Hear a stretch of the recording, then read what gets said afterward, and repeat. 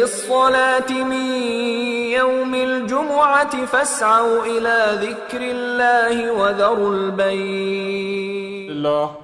الحمد لله نحمده ونستعينه ونستغفره ونؤمن به ونتوكل عليه ونعوذ بالله من شرور أنفسنا ومن سيئات أعمالنا من يهده الله فلا مضل له ومن يضلله فلا هادي له واشهد ان لا اله الا الله وحده لا شريك له واشهد ان محمدا عبده ورسوله.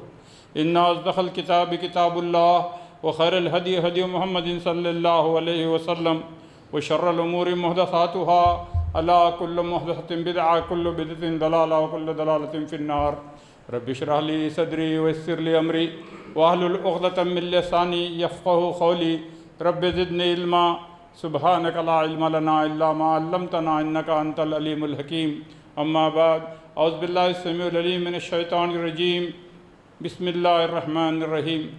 معزز سامعین، میرے پیارے بھائیوں، دوستوں، بزرگوں و معزز و محترم خواتین اسلام، ہر قسم کی تعریف اور توصیف، بزرگی اور برتری اللہ تبارک و تعالیٰ ہی کے لیے ہے جو تمام جہانوں کا تنہا خالق اور مالک حقیقی ہے.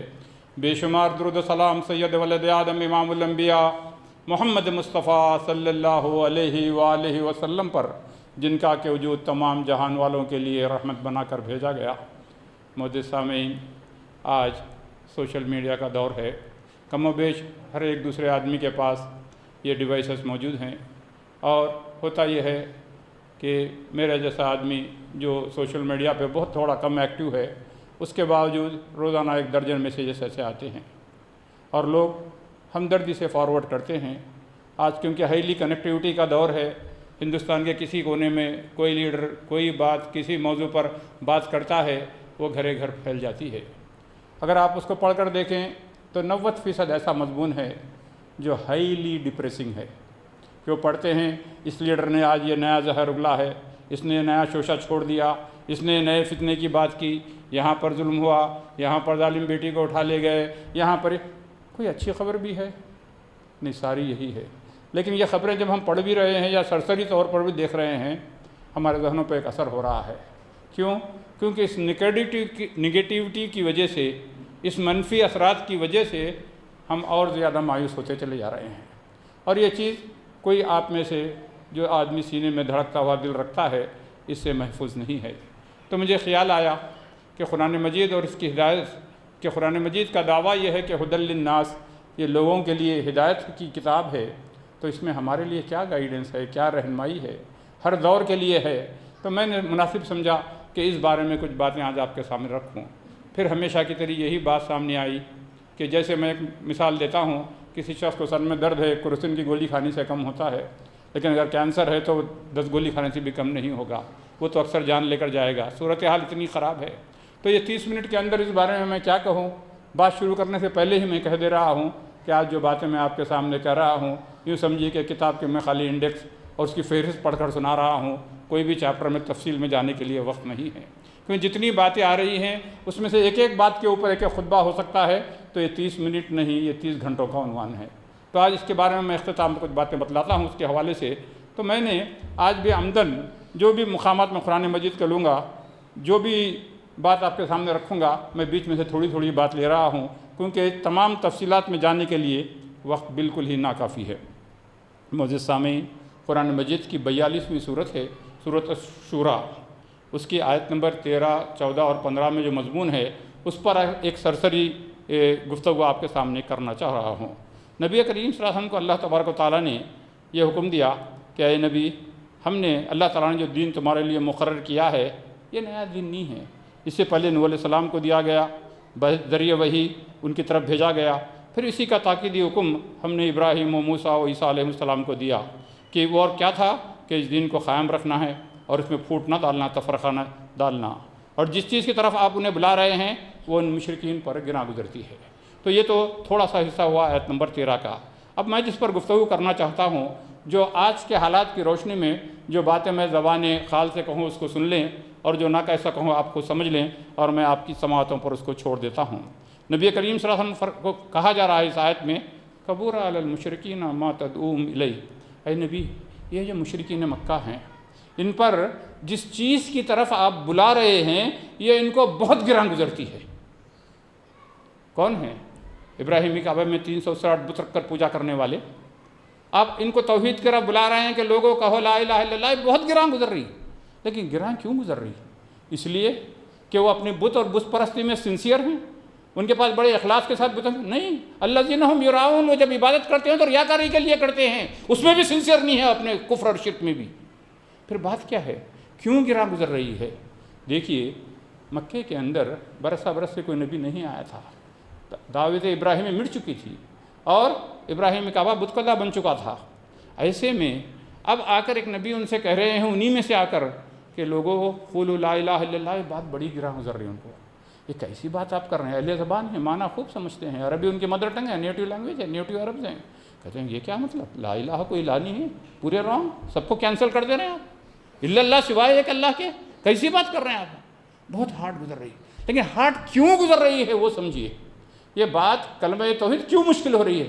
اس کی وجہ یہ ہے، اور وہ بات آج 1 اکتوبر 2021 میں بھی بات اتنی ہی ریلیونٹ ہے جو آج سے 14 صدیاں پہلے تھی۔ کس طرح کہ وہاں پر ایک سسٹم بنا ہوا ہے۔ مکہ کوئی اتنا اچھا اٹریکٹیو ٹورسٹ اسپاٹ تو تھا نہیں کہ لوگ آئیں، مختلف لا کر اپنے اپنے بت رکھے تھے۔ وقتاً فوقتاً عمرہ حج کے نام سے اس ایام جاہلیہ کا عمرہ آ کر دیکھتے تھے اپنے بت ٹھیک ہے کیا، جہاں رکھے گئے تھے وہاں پہ ہے کیا، ان کی خبر لینے کے لیے آیا کرتے تھے۔ اس کی وجہ سے ان کو ہولڈ تھا۔ ہولڈ کیا تھا؟ ان کے قبیلے جب بھی آتے عزت کرتے تھے، ارے بھائی یہ جو لوگ ہیں، یہ مکے والے، یہ ہمارے گاڈس کے ٹیک کیئر کرنے والے لوگ ہیں، کیئر ٹیکرس ہیں، یہ لوگ ان کی حفاظت کرتے ہیں، ان سے بگاڑ لیے تو پھر اپنے قبیلے جب وہاں پہ جاتے ہیں نہ چھوڑیں گے نہیں، یہ بدلا لیں گے، تو لہٰذا ان کا ایک ڈھاک تھا۔ پھر دوسرا، اس نظم کی وجہ سے، ڈسپلن کی وجہ سے ان کی حکومت تھی، وہاں پر سوشل اسٹیٹس تھا، وہاں پر ایک فائنینشیل ایکٹیویٹی تھی۔ جب ٹورزم ہوتا ہے تو فائنینشیل ایکٹیویٹی خود بخود بڑھ جاتی ہے۔ کیوں؟ مختلف جگہ کے لوگ آئیں گے، آپ سے کرائے پہ گھر لے کے وہاں پہ رہیں گے، وہاں پہ آپ کے پاس کھانا کھائیں گے، تو ایک ایکٹیویٹی ہوتی ہے۔ اگر یہ بتوں کو نکال کے پھینک دیے، یہ دور دراز سے جو لوگ آ رہے ہیں، تو ہمارا تو اکنامک سسٹم کولیپس ہو جائے گا، ہماری معیشت بالکل بڑھ جائے گی، اور ہم جو چودھری لیڈر بنے ہوئے ہیں پھر ہم کیا کریں گے؟ فاقہ کریں گے، پھر ہماری عزت۔ مانا کیا کہ ان کی مخالفت کے پیچھے انہیں بات کیوں گرا گزری ہے؟ اس لیے گزری ہے کہ ایک سسٹم بنا ہوا ہے، اور سسٹم کیا ہے؟ ان کا ایک پولیٹیکل سسٹم ہے، ان کا ایک فائنانشیل سسٹم ہے، ان کا ایک سوشل اسٹیٹس ہے۔ اگر یہ ایک نبی محمد ابن عبداللہ صلی اللہ علیہ وسلم کی بات کو مان لیا جائے، یہ پورا سسٹم بیٹھ جائے گا، سسٹم کولیپس ہو جائے گا۔ اس لیے انہیں بڑا ہارڈ ہے کہ بات مان تو لیں گے، لیکن ماننے کے بعد کیا ہوگا؟ اس کے آفٹر امپلیکیشنز کیا ہوں گے؟ اس کے بعد جو ہے کیا ہوگا؟ تو لہٰذا پھر کیا کرو؟ جو سسٹم چل رہا ہے چلنے دو، یہ سسٹم کو مت توڑو۔ کیوں؟ کیونکہ اس کے بعد ہم لوگ جو لیڈر لوگ ہیں وہ ہم نومر ہو کے رہ جائیں گے، اور پورا ہماری معیشت تباہ ہو جائے گی۔ تو لہٰذا قبول حق کی راہ میں یہ جو بنا بنایا سسٹم ہوتا ہے وہ ہر وقت رکاوٹ ہوتی ہے۔ اب میرے پاس ٹائم نہیں ہے کہ پیرلل ڈرا کروں کہ وہ اور آج کا کیا ہے، آپ خود سمجھیے کہ کس طرح انسان کے پاس کیا مجبوری ہوتی ہے حق بات کو قبول کرنے میں۔ بھائی سب ٹھیک تو چل رہا ہے، اب کیوں اس کو ہم چھیڑ لیں؟ تو پھر کرو کیا؟ لیکن یہ دعوت تو لگتا ہے کہ رکنے والی نہیں ہے، تو کیا کرو؟ دبا کے مخالفت کرو، ان کی مخالفت کرو، اور جیسے جیسے ان کی بات آگے بڑھ رہی ہے مخالفت میں بھی اور تیزی پیدا کرو۔ تو یہ کون ہو گئے؟ نبی کریم صلی اللہ علیہ وسلم کے آڈینس، سامعین، آپ کے پیغام کو سننے والے، ان کا ریاکشن کیا ہے؟ اللہ تبارک و تعالیٰ یہ 42ویں سورت اور آیت نمبر 13 میں بتلایا ہے۔ بقا ایسا پھر اگلے نشست کے لیے۔ اس کے بعد اللہ تعالیٰ نے آیت نمبر 14 میں ایک اور سامعین کے گروپ کا ذکر کیا، اور یہ لوگ کون ہیں؟ یہ مشرکین مکہ جاہل نہیں، یہ اہل علم لوگ ہیں، یہ اہل کتاب ہیں، یہ لوگ جانتے ہیں نوح علیہ السلام، موسیٰ اور عیسیٰ جس کا میں نے ابھی ذکر کیا، یہ سب سے واقف ہیں یہ لوگ۔ یہ مدینے میں سابقہ پڑھا ان سے۔ کون؟ یہ جو قبیلے تھے یہود و نصارہ کے۔ اللہ تعالیٰ آیت نمبر 14 میں ان کا ذکر کر رہا ہے، وَمَا تَفَرَّقُوا إِلَّا مِن بَعْدِ مَا جَاءَهُمُ الْعِلْمُ بَغْيًا بَيْنَهُمْ، اور انہوں نے اختلاف نہیں کیا مگر علم کے آ جانے کے بعد۔ مانا کیا؟ علم آنے کے بعد اختلاف کیا، یعنی علم آنے کے بعد تو کہنا تھا ہاں بھائی یہ تو ہماری کتابوں میں بشارت تھی اس نبی کی، قبول کرنے کے بجائے کیا کر رہے ہیں؟ ان لوگوں نے اپنے پاس علم آ جانے کے بعد ہی اختلاف کیا۔ اس کا معنی یہ، اور کیوں کیا؟ بغیم بینہم، یعنی باہمی ضد اور بحث کی وجہ سے۔ آج کا صرف سچویشن کوئی اس سے مختلف نہیں ہے آج کی صورتحال۔ علم کو کس لیے استعمال کر رہے ہیں؟ حق کو پہچان کر اللہ کی طرف رجوع ہو کر اللہ کی عبادت کرنے کے لیے نہیں، علم کو آپس میں ایک دوسرے کو نوچا دکھانے کے لیے۔ اور وہ وجہ کیا ہے؟ وہ بغیم بینہم، ان کے آپس کے درمیانی ضد اور ہردرمی۔ وہ ضد کی وجہ سے آج یہی صورتحال مسلمانوں کی ہے کہ ہر فرقہ اپنی بات کی بالادستی کے لیے، اپنے علم کو اپنی سپیریارٹی منوانے کے لیے، اپنی فوقیت کے لیے استعمال کر رہا ہے، معرفت الہی کے لیے نہیں کر رہا ہے۔ اللہ کی پہچان ہو، اس کے اسماء و صفات کی، اس کا جو حکم ہے، اس کے کلام میں کیا حکم ہے، اس کے لیے علم نہیں ہے۔ ہر مکتب اس کا نام بے شک اسلام کا دلیہ ہو، کیا کرتا ہے؟ جو جس جماعت کا جس فرقے کا ہے وہ ویسے ذہن تیار کرتا ہے تاکہ اپنی سپیریورٹی قائم ہو، اپنے اطراف ایک امپائر بن سکے، اپنی بات آگے پھیل سکے۔ تو انہوں نے کیا کیا؟ یہی چیز تو انہوں نے کی تھی کہ علم آنے کے بعد ضد اور ہردرمی کی وجہ سے کیا کیا کہ انہوں نے اس کو، علم کو کس کے لیے استعمال کیا؟ تفرقے کے لیے استعمال کیا۔ تو اللہ تعالیٰ نے اس کو کتنے بہترین اور خوبصورت انداز میں اللہ بیان کر رہا ہے کہ ان کے تفرقے کیسے اللہ تعالیٰ نے جو ہے آیت نمبر 1400 کو شروع کیا، وَمَا تَفَرَّقُوا إِلَّا مِن بَعْدِ مَا جَاءَهُمُ الْعِلْمُ بَغْيًا بَيْنَهُم۔ وہ جو تفرقہ اور اختلافات ہوئے کیوں؟ علم آنے کے بعد ہوئے ہیں۔ تو علم کو اپنے اپنے موقف کو اٹل رہنے کے لیے، ضد کرنے کے لیے استعمال کیا۔ یہ کیا ہے؟ یہ دوسرا گروپ اہل کتاب کا علم بھی تھا اس کے باوجود، لیکن ان کی بھی جو ریزن تھا وہ مشرکین مکہ سے زیادہ سبب بیک گراؤنڈ میں ڈیفرنٹ نہیں تھی۔ وہ لوگ کیا چاہ رہے تھے؟ اپنا ڈومیننس رہے، اپنی چودراہٹ رہے، ہماری حکومت چلتی رہے۔ مکے کے مشرکین یہ کیا چاہ رہے ہیں؟ ہر گروپ جو ہے اپنے علم کے ذریعے سے ریزننگ کر کر اپنے فالوورز کو کر کر اپنا ڈومیننس باقی رکھے۔ آج مسلمان بھی یہی کر رہے ہیں، ہر فرقہ اپنا ڈومیننس چاہتا ہے، اس کے لیے اپنے علم کو استعمال کر رہا ہے۔ اب پھر اس کے بعد آیت نمبر بیچ کا حصہ میں چھوڑ رہا ہوں عمدن، آیت نمبر 14 کے اختتام میں کیا ہوا؟ پھر نتیجہ کیا ہوا؟ وَإِنَّ الَّذِينَ أُورِثُوا الْكِتَابَ مِن بَعْدِهِمْ لَفِي شَكٍّ مِّنْهُ مُرِيبٍ۔ اب پھر اس کے بعد ان لوگوں کو جن کو کتاب دی گئی، یعنی جو اس کتاب کے وارث بنے، وہ کیا ہوا؟ وہ الجھن اور شک میں پڑ گئے۔ یہ آپ کے لیے اور میرے لیے چونکانے والی بات ہے۔ ہم بھی قرآن و حدیث کے وارث ہونے کا دعویٰ کرتے ہیں، لیکن ہم اپنے کام سے ہٹ گئے اور خالی اختلافات میں پڑے رہے۔ یاد رکھو آنے والی نسل ہمیں معاف کرنے والی نہیں ہے، وہ الجھن میں پڑ جائے گا۔ چھوڑو بھائی، یہ بچپن سے ہم دیکھتے یہی ہے، میرے دادا نانا ہمیشہ لڑتے رہے، انہوں بولے میں صحیح ہوں، انہوں بولے حنفیت صحیح ہے، انہوں بولے اہل حدیث صحیح ہے، کیا ہے کہ میں دونوں کو بھی نہیں مانتا، میں جمعہ کو نماز پڑھ لیتا ہوں۔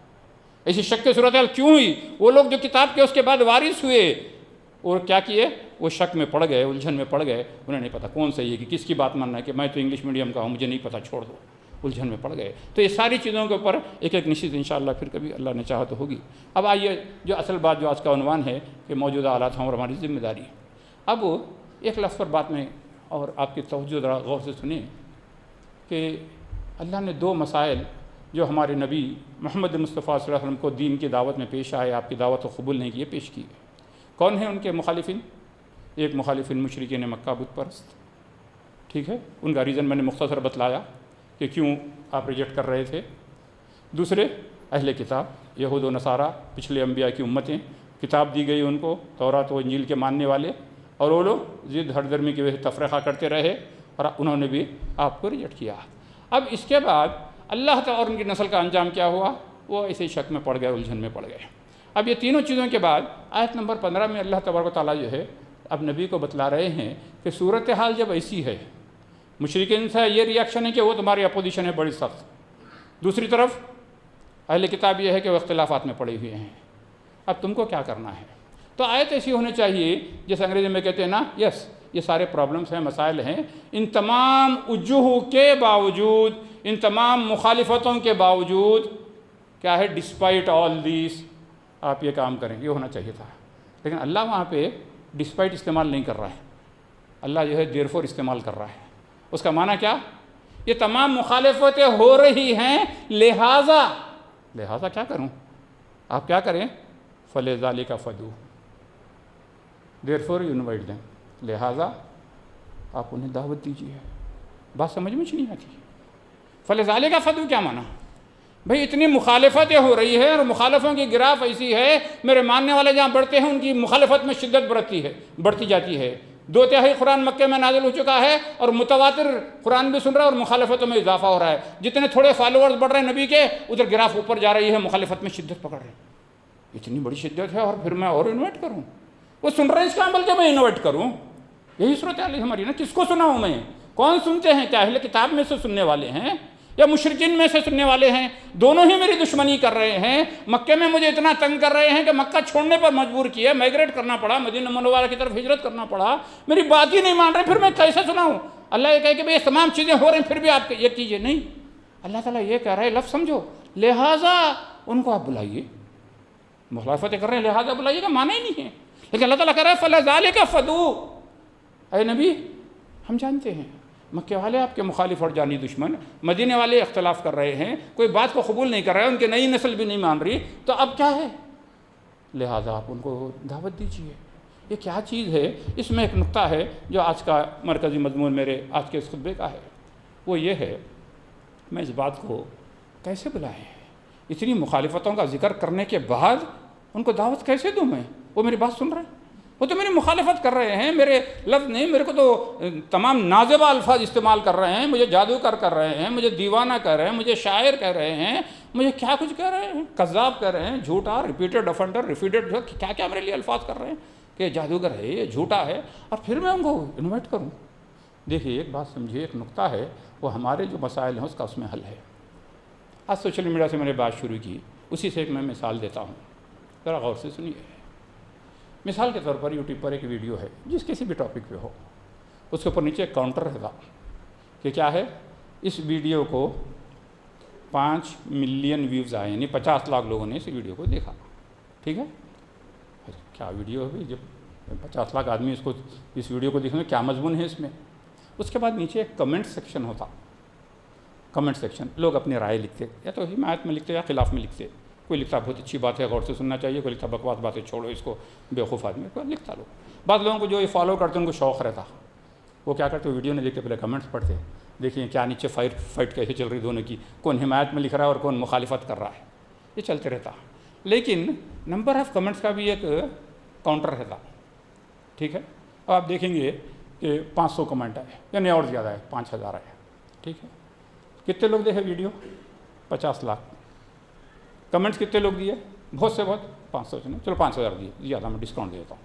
ٹھیک ہے، اب یہ جو کمنٹس دینے والے لوگ ہیں، ٹھیک ہے، اچھی ہے خراب ہے جو بھی کمنٹس، چلو نگیٹو کمنٹس سمجھ لو، ان کی تعداد کتنی ہے اور کیا تناسب ہے ان کا؟ 50 لاکھ کے مقابلے میں 5000 کیا بنتے ہیں؟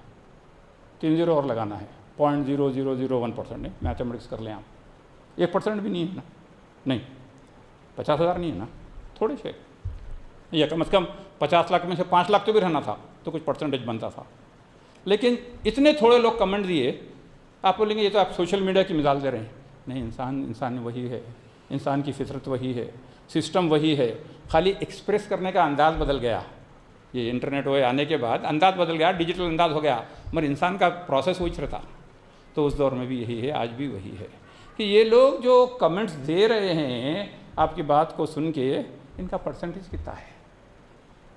تو اس سے کیا معلوم ہوا کہ جو لوگ صاحب الرائے ہوتے ہیں، یا جن کو آپ کہیں ایکٹیو، جو ایکٹیو ہوتے ہیں، بہت اسمال پرسنٹیج ہوتا. وہ میں جو مثال دیا اس میں 1% بھی نہیں بن رہا ہو، 0.0001% بن رہا ہے. ٹھیک ہے نا. تو معنی یہ کہ یہ اے نبی، یہ لوگ جو آپ کی مخالفت کر رہے ہیں وہ کیا ہے؟ وہ ایک اسمال پرسنٹیج ہے آبادی کا. اور آج بھی یہی بات ہے. یہ جتنی دل دکھانے والی ویڈیو آ رہی نا، وہ کون ہیں؟ وہ لیڈر لوگ ہیں. اور وہ لیڈروں کا خوف کیا ہے؟ وہ جو مشرکین مکہ کا تھا کہ اگر ان کی بات مان لی جائے لا الہ الا اللہ کی، تو یہ بتوں کو نکال دینا پڑے گا، اور ان کو نکال دیں گے تو ہمارا سسٹم بھی کولیپس ہو جائے گا، ہمارا سوشل اسٹیٹس بھی ختم ہو جائے گا. تو لہٰذا ڈٹ کے ان کی مخالفت کرتے رہو. اور جو پھر باقی وہ 50 لاکھ میں سے یہ جو 5000 ایکٹیو جن کی میں مثال دی، پھر باقی کے کدھر ہے وہ؟ یعنی 50 لاکھ مائنس 5000 کو کدھر ہے؟ ان کو کیا بولیں گے آپ؟ یہ سائلنٹ آبزرورز ہیں، یہ صاحب الرائے نہیں ہیں. وہ کاؤنٹر تو آیا نا، انہوں نے بھی دیکھی وہ ویڈیو، لیکن ان کی کوئی رائے جو ہے پبلک نہیں ہے. ان کی سوچے ہوں گے، کچھ ریئیکشن ہوگا میرے دماغ میں ان کے، ہاں یہ بات اچھی کہہ رہا ہے یا غلط کر رہا ہے، کچھ بھی ہوگا، مگر وہ لوگ اس کے بارے میں ایکسپریسو نہیں ہیں، اوکل نہیں ہیں، کھل کے بول نہیں رہے ہیں. پھر کر کیا رہے ہیں وہ لوگ یہ بڑے لیڈر چودھری لوگوں کو فالو کر رہے ہیں. یہی صورتحال آج پورے ہندوستان کی ہے. جب الیکشن آ جاتا ہے تو پولرائزیشن کرنا ہے تو کیا کرو، ہندو ووٹ کو کنسولیڈیٹ کرنا ہے تو کیا کرو، ذرا بول کے بڑھ چڑھ کے بتاؤ، زہر اگلو زیادہ، پھر اس کے بعد چلو تم اپن بھائی بھائی ساتھ رہیں گے۔ تو ایک سیزنل چیز ہوتی ہے، یہ ہم کو ڈپریس کر رہی ہے۔ تو نبی کیا کر رہے ہیں، نبی کو کیا حکم دیا جا رہا ہے کہ اے نبی فلذالک فدعوا، آپ لہذا انہیں دعوت دیجئے، بلائیے۔ اب یہاں پہ دیکھیے لفظ ڈیبیٹ یا تبلیغ یہ سب نہیں ہے، انوائٹ کا لفظ ہے، انہیں دعوت دیجئے۔ اور انویٹیشن کیا ہوتا ہے، یہ فرینڈلی عمل ہوتا ہے۔ میں آج شام میں آپ کو میرے گھر کھانے پہ بلا رہا ہوں، کیا دشمنی نکالنے بلا رہا ہوں؟ نہیں، میرے گھر میں کچھ کھانا پکایا، آ کے کھائیے، کچھ کنزیوم سم تھنگ میں لایا ہوں، آ کے ساتھ بیٹھ کے کھائیے۔ تو آپ بلائیے کا مطلب کیا، آپ کے پاس کچھ آئیڈیالوجی ہے جو وحی الہی سے اللہ کی طرف سے آئی ہے، آپ کو حکم دیا گیا ہے، یہ بات ان تک پہنچائیے۔ کیوں پہنچائیے؟ کیونکہ آپ جو تاثر لے رہے ہیں مخالفتوں کا، وہ چند گنتی کے ایک مائنیوٹ بالکل ہی نیگلیجبل پرسنٹیج جو لیڈرشپ اور اپنے منصب کی وجہ سے آپ کی مخالفت کر رہے ہیں، ورنہ ان کی بات کرتے ہو اہل علم کی، ان کا تو یعرفون کما یعرفون ابناہم، یہ تو آپ کو نبی ایسا جانتے ہیں جیسے کوئی اپنے بیٹے کو پہچانتا ہے۔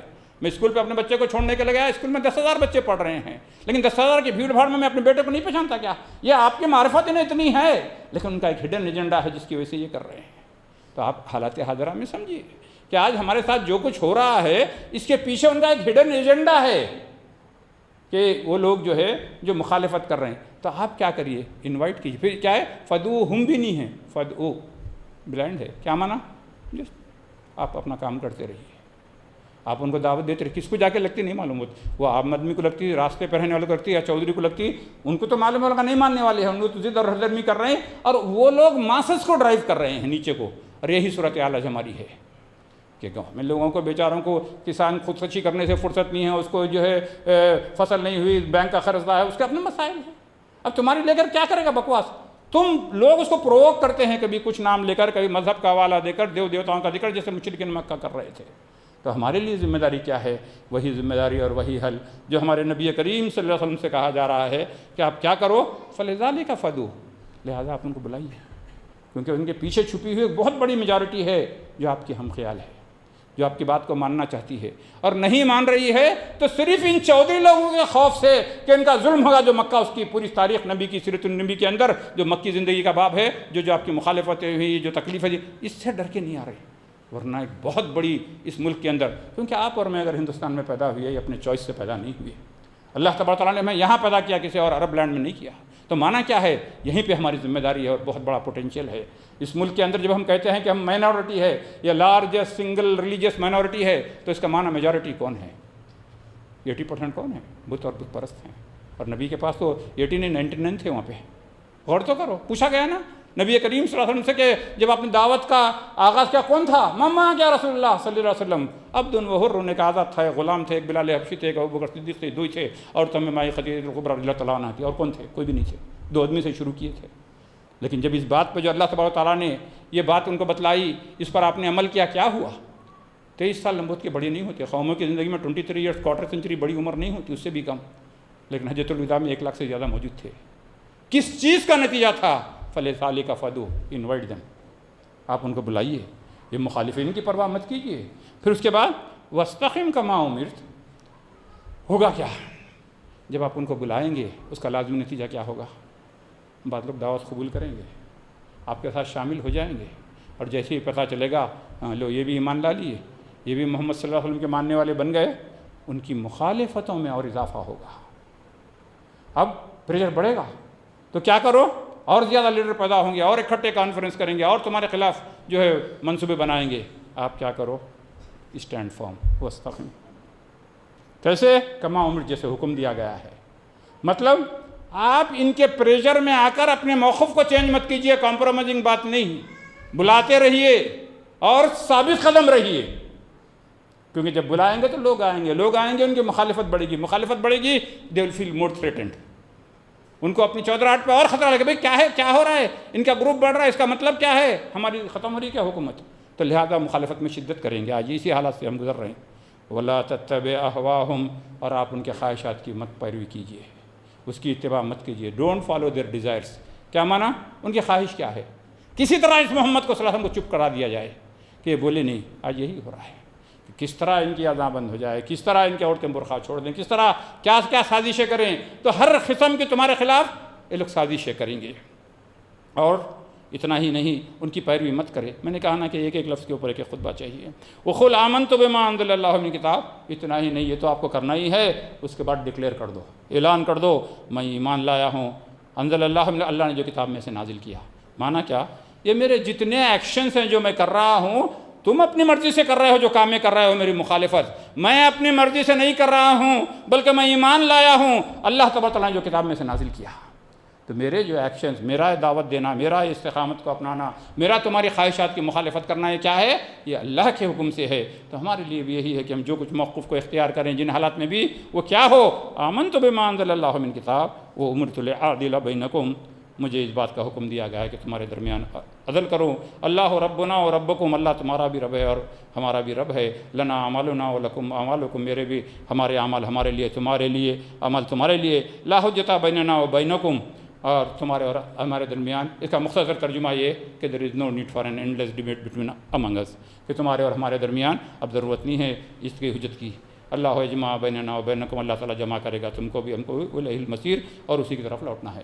اب میں کہتا ہوں، جیسا میں نے شروع ہی میں کہہ دیا کہ یہ مضمون جو ہے یہ حقیقتاً یہ جمعہ کے خطبے کا 30 منٹ کا مضمون ہی نہیں ہے، لیکن حالات کا تقاضا تھا، میں نے اس مضمون کو چھیڑ دیا۔ تو میں آخر میں ایک آدھ بات کر کیونکہ وقت جو دیا گیا ختم ہو گیا، تو میرے بھائی اور بہنوں، دیکھیے یہ حالات کا کرب آپ اور ہم سب محسوس کر رہے ہیں، اور قرآن مجید میں اس کا حل کیا ہے؟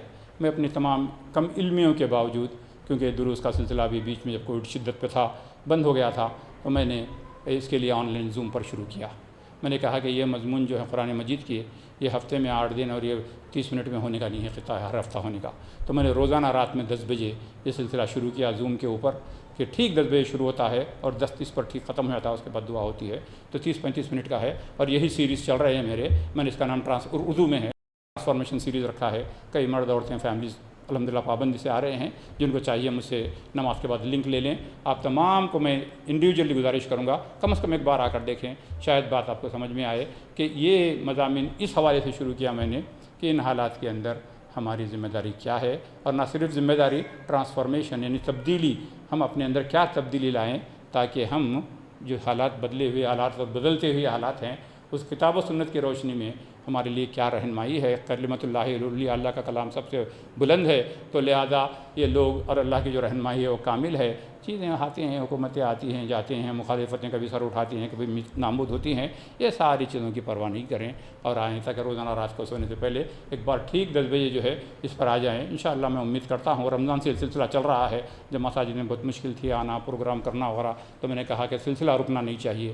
جب یہ انٹرنیٹ یہ ٹیکنالوجی ہے، اس کو اللہ کی نعمت سمجھ کر استعمال کیا جائے، تو روزانہ ٹھیک 10 بجے جو ہے میں اردو میں اسی طرح اسی سے ملحق چل رہا ہے، لیکن یہ آیتیں ہو چکی ہے، اب کوئی اور مضمون چل رہا ہے، لیکن عنوان یہی ہے کہ ہماری ذمہ داری، انڈیویجول ذمہ داری کیا ہے۔ ابھی کل رات کو سورہ یاسین کو جا رجل اس آیت کے اوپر گفتگو ہوئی تھی، سورہ یاسین کی 36ویں سورت 20ویں آیت پر، تو انشاءاللہ آپ لوگ اس سے استفادہ کریں۔ اوپن انویٹیشن ہے سب کے لیے، اور الحمدللہ سلسلہ چل رہا ہے، اللہ جب تک رکھا وہ چلتا رہے گا ہے۔ اور دوسری بات یہ کہ الحمدللہ میں کووڈ کی وجہ سے کافی عرصے سے نہیں آیا، دیکھا بڑی خوشی ہوئی، مسجد کا کافی حصہ تھا۔ پہلے میری آخری وزٹ جو قریباً 2020 میں ہوئی تھی، یہ 1.5 سال میں کافی تعمیر ہوئی ہے، اور مجھے بتلایا گیا کہ ابھی کام باقی ہے۔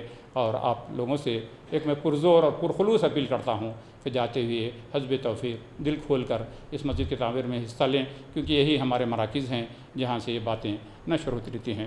میں دعا کرتا ہوں کہ اللہ تبارک و تعالیٰ جو کچھ سچی بات میں نے کہی اس پر مجھ کہنے والے کو اور تمام سننے والوں کو عمل کی توفیق عطا فرمائے۔ اللہم ارنا الحق حقا وارزقنا اتباعہ، اللہم ارنا الباطل باطلا وارزقنا اجتنابہ۔ اے مولا کریم جو حق بات ہے ہم پر واضح فرما اور اس پر چلنا ہمارے لیے آسان فرما۔ اے اللہ جو اے مولا کریم جو باطل بات ہے ہم پر واضح فرما، اس سے بچنا ہمارے لیے آسان فرما۔ اے اللہ ہماری پریشانیوں کو دور فرما۔ اے اللہ جتنے ساتھی یہاں پہ بیٹھے ہیں جو دعا کر رہے ہیں، مائیں بہنیں میرے دوست بھائی سب، اے اللہ تمام کی دعاؤں کو قبول فرما، تمام کے جائز دعاؤں کو قبول فرما۔ جو پریشان حال ہے ان کی پریشانیوں کو دور فرما، جو بیمار ہیں انہیں صحت عاجلہ شفاء کاملہ عطا فرما۔ اے مولا کریم جو نعمتیں آپ نے عطا کی ہیں اللہ نعمتوں کا شکر ادا کرنے کی توفیق عطا فرما۔ اے مولا کریم زوال نعمت سے محفوظ رکھ۔ اے اللہ ہم پر، ہمارے بچوں پر، بچوں کے بچوں پر کبھی ایسا وقت نہ لا کہ وہ دنیا والوں کے آگے ہاتھ پھیلائیں۔ اے اللہ دنیا والوں سے مستغنی فرما، دنیا والوں سے بے نیاز فرما، اپنے در کا سوالی بنا، اپنے در کا بھکاری بنا۔ اے اللہ ہماری تمام پریشانیوں کو دور فرما، جتنے لوگ قرض دار ہیں ان کے قرضوں کی ادائیگی کے اسباب بنا، جو سودی معاملات میں الجھ گئے ہیں انہیں جلد از جلد نجات عطا فرما، جو مخدبہ بازیوں میں الجھے ہوئے ہیں اللہ انہیں اس سے نجات عطا فرما۔ اے اللہ اپنا فضل و کرم شامل حال فرما۔ اے اللہ ہمارے گھروں کو سرکس جن و شیاطین سے پاک فرما۔ اے اللہ ہمارے گھروں میں آپ کی رحمت کے نورانی فرشتوں کا بسیرا ہو۔ اے اللہ اپنا فضل و کرم شامل حال فرما۔ اے اللہ جتنے لوگ بیمار ہیں انہیں صحت عاجلہ شفاء کاملہ عطا فرما۔ اے اللہ اس متعدی پریشان کن بیماری کورونا وائرس سے، اس کے تمام اقسام سے اللہ ہم تمام کی حفاظت فرما، جو مبتلا ہیں انہیں صحت عاجلہ شفاء کاملہ عطا فرما۔ اے اللہ جو نوجوان لڑکے لڑکیاں شادی کے آرزو مند ہیں انہیں بہترین جوڑے عنایت فرما، جو بے اولاد ہیں انہیں نیک اور صالح اولاد عطا فرما، جو صاحب اولاد ہیں ہماری اولاد کو نیک بنا، طالب علموں کے امتحان میں کامیابی عطا فرما، ہمارے اولاد کے سینوں کو دینی علوم کے لیے، دنیاوی علوم کے لیے کھول دے۔ اے اللہ ہم کو، ہمارے بچوں کو، بچوں کے بچوں کو، بہن بھائیوں کو، تمام احباب کو حادثات اور حادثائی اموات سے محفوظ رکھ۔ اے اللہ ایسی موت سے محفوظ رکھ جس میں توبہ کی توفیق بھی نہ ملے۔ اے اللہ مرنے سے پہلے توبہ کی توفیق عطا فرما۔ اے اللہ ہماری توبہ کو قبول فرما۔ اے اللہ ہم پر رحم فرما، ہمارے بیوی بچوں پر رحم فرما۔ اے اللہ ہمارے بھائیوں پر رحم فرما، ان کی بیویوں پر رحم فرما، ان کے بچوں پر رحم فرما۔ اے مولا کریم ہماری بہنوں پر رحم فرما، ان کے شوہروں پر رحم فرما، ان کے بچوں پر رحم فرما۔ اے اللہ گھر کی مصروفیات کے باوجود میری ماں بہنیں یہاں پر آئی ہوئی ہیں، اے اللہ ان کے سانے کو قبول فرما۔ اے اللہ زندگی کے تمام مسائل کو ہمارے حل فرما۔ اے اللہ زندگی کا اتنا سفر گزر چکا جو باقی ہے وہ آسان فرما۔ اے اللہ ہماری جسمانی ضرورتوں کے لیے، ہماری مالی ضرورتوں کے لیے ہمیں دنیا والوں کا محتاج نہ بنا۔ اے اللہ ہمارے فوت شدگان کی مغفرت فرما۔ اے اللہ جن کے ماں باپ زندہ ہیں، اے اللہ اولاد کو ماں باپ کی خدمت کرنے کی توفیق عطا فرما۔ اے اللہ ہمارے ماں باپ کی بیماریوں کو صحت سے بدل دے، ان کی پریشانیوں کو دور فرما۔ اے اللہ ہمارے ماں باپ، رشتہ دار، بھائی بہنیں جو اعزاء و اقربا فوت ہوئے ہیں، ہمارے فوت شدگان کی مغفرت فرما، ان کی قبروں کو جنت کا باغیچہ بنا، ان کے درجات کو بلند فرما۔ اے مولا کریم پورے روئے زمین پر جہاں جہاں کلمہ گو بھائی بہنیں پریشان حال ہیں ان کی پریشانیوں کو دور فرما۔ اے مولا کریم اپنا فضل و کرم شامل حال فرما۔ اے اللہ جو باطل قوتیں اکٹھا ہو کر اسلام اور مسلمانوں کو مٹانا چاہتی ہیں، اے اللہ جو ہدایت کے مستحق ہیں انہیں ہدایت عطا فرما۔ اے اللہ جو ہدایت کے مستحق نہیں ان کا مقدمہ ہم آپ کی عدالت میں دیتے ہیں۔ اے اللہ آپ ان کو اپنی مضبوط گرفت میں لے کر اے اللہ ان پر اپنا عذاب نازل فرما اور روئے زمین کو ان کے ناپاک کو جس سے پاک فرما۔ اے اللہ کلمہ کو بھائی بہنوں کی مدد فرما۔ اللہ ہم تمام پریشانیوں کو دور فرما۔ جب ہماری موت کا وقت آئے ہماری زبانوں پر کلمہ شہادت کو جاری فرما۔ ہمارا آخرت کا سفر ہمارے لیے آسان فرما۔ خبر کے سوال و جواب کا مرحلہ ہمارے آسان فرما، اور ہمارا شمار ان خوش نصیب لوگوں میں کر دیجیے جن کو آپ بلا حساب کتاب جنت الفردوس میں داخل کرنے والے ہیں۔ اے مولا کریم اس مسجد کے بنانے والے، اس کی بنیاد رکھنے والے، اس کو آباد کرنے والے، اس میں تعاون کرنے والے، اے اللہ تمام کو دنیا و آخرت میں اس کی بہترین جزا عنایت فرما۔ آمین یا رب العالمین۔ سبحان ربک رب العزۃ عما یصفون وسلام علی المرسلین والحمد للہ رب العالمین۔